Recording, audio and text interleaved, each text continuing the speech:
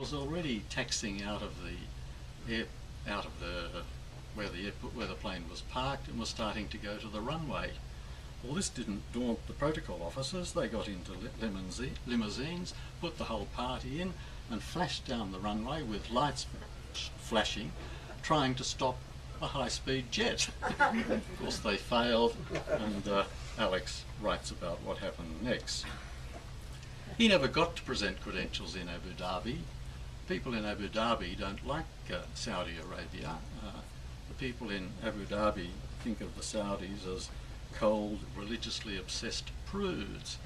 People in Saudi Arabia think of the Emirates as degenerate libertarians. But the best story in the book is really about live sheep. Of course, Alex was the most appropriate man to be ambassador dealing with live sheep, given all his trade experience. And he was surprised in July '89 when David Sharp, the Trade Commissioner, who was in Jeddah, telephoned him and told him that a shipment of 72,000 sheep had been refused landing rights to come into Saudi Arabia. The problem was, they said, the sheep had blue tongue disease. The problem for the Saudis is that blue tongue disease doesn't exist in Australia, and this was a decision that many of us are familiar with, just to restrict imports. The aim was to protect the Saudi sheep market, the sheep industry, whose expansion was financed by the Saudi Agricultural Bank, whose chairman was the Saudi Minister for Agriculture, who resolutely declined to see Australia's ambassador. He wouldn't have anything to do with him. The UAE claimed that Australian sheep pose serious problems to pregnant women and camels. The saga went on. Naturally, Australian industry was frustrated, Australian ministers were upset, the opposition attacked the government for incompetence, the National Party blamed the merger between the Departments of Foreign Affairs and Trade, the land called for a royal commission, animal liberationists had a field day, and then 5,000 sheep went missing. The Saudis said they'd burnt the carcasses, they're dead. One newspaper said, on the contrary, they'd been sold in Dubai, and when John Kerrin was asked by his cabinet colleagues what had happened, he said, I think the Saudis have eaten them. Live sheep was for Alex an issue of high drama and pure farce, and he writes in the book that the Iraq War came as a relief. Now, he hasn't set out, and he says this frankly, he hasn't set out to write a scholarly book about the Arabian Peninsula, but he has made lots of serious and scholarly observations on the region. As I alluded to earlier, the countries of the region don't like each other, and if you've ever been in Egypt, they don't like the Saudis. They think they're a lot of Bedouin upstarts. None of them like Iran. Israel, Alex tells us in the book, doesn't exist. The Saudis say it doesn't appear on any map, not mentioned by any name. It's a country that has no belonging whatsoever.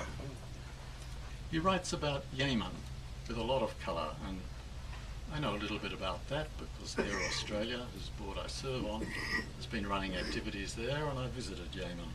I visited all the countries of the Middle East. And it's one of the most interesting countries that Alex writes about. Arabia Felix, the seat of the Queen of Sheba, the true origin of the Arabs. And Sana'a converted to Islam during the life of the Prophet. And so the mosque in Sana'a faces Jerusalem. It doesn't face Mecca. That's a system that only came in later. But Yemen, which is desperately poor and has hardly any oil, is really very influential. The father of Osama bin Laden is a Yemeni. The father of the famous Saudi oil minister, Sheikh Yamani, is a Yemeni. The family of Ali Alatas, the foreign minister of Indonesia, very distinguished foreign minister, they're Yemenis. But Saudi Arabia is the most interesting of the countries that Alex writes about.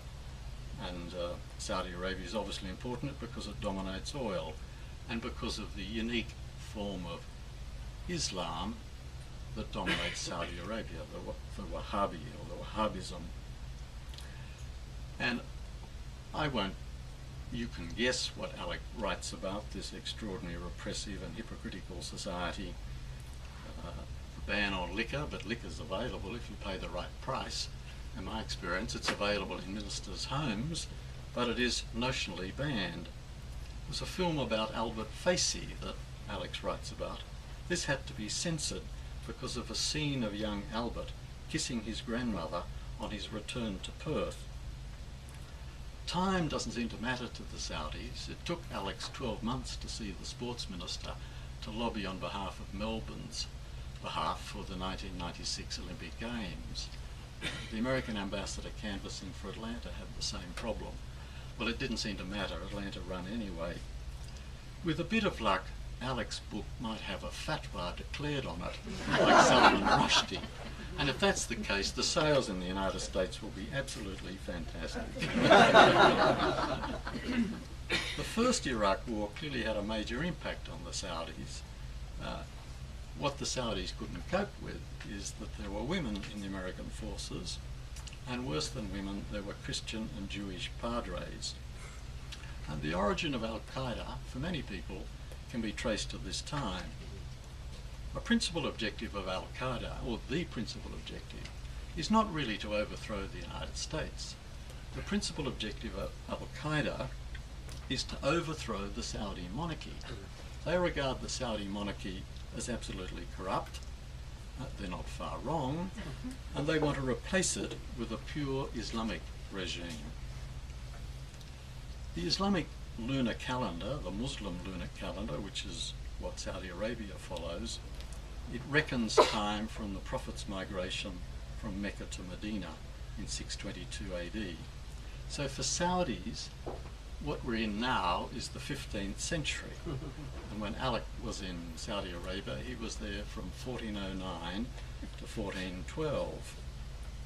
And Alex writes that many have observed that the more you look at Islam's 15th century, the more it seems to have in common with Christianity's 15th century.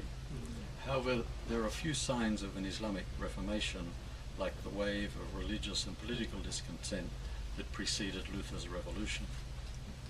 The great misfortune of Saudi Arabia is it was dominated in the 18th century by Abdullah al-Wahhab.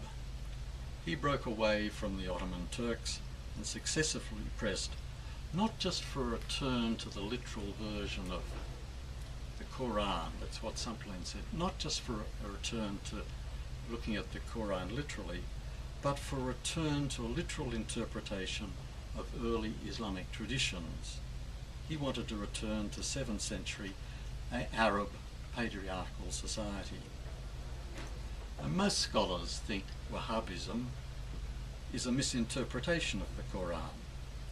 Muhammad commended Muslims to respect the beliefs of Jews and Christians. Muhammad's main message is essentially the same as that of Abraham, Moses, David, and Jesus. Muhammad believed in the emancipation of women. The Quran gives and gave women rights of inheritance and rights to property centuries before women got the same rights in Western societies. And there's nothing whatsoever in the Quran that requires the veiling of all women. Abdullah al-Wahhab did not see it this way, and modern Saudi Arabia, with its contradictory and repressive attitudes, is his legacy. It wouldn't matter much if they hadn't discovered oil, but because they discovered oil and are enormously influential and powerful, it matters a lot. And Alex describes this situation cleverly, in a very personal way. Reading this book made me reflect that it's a shame that many other ambassadors and many senior trade commissioners haven't written a similar memoir. I could think of memoirs by Pat Donovan or Rudy Shaman. I don't know if they've been written, but I think they haven't, but they should be. So to sum up, Alex has produced a fascinating memoir. It's very well written, it's very funny, and it's very perceptive, and I'm delighted to launch it and invite Alex to say a few words.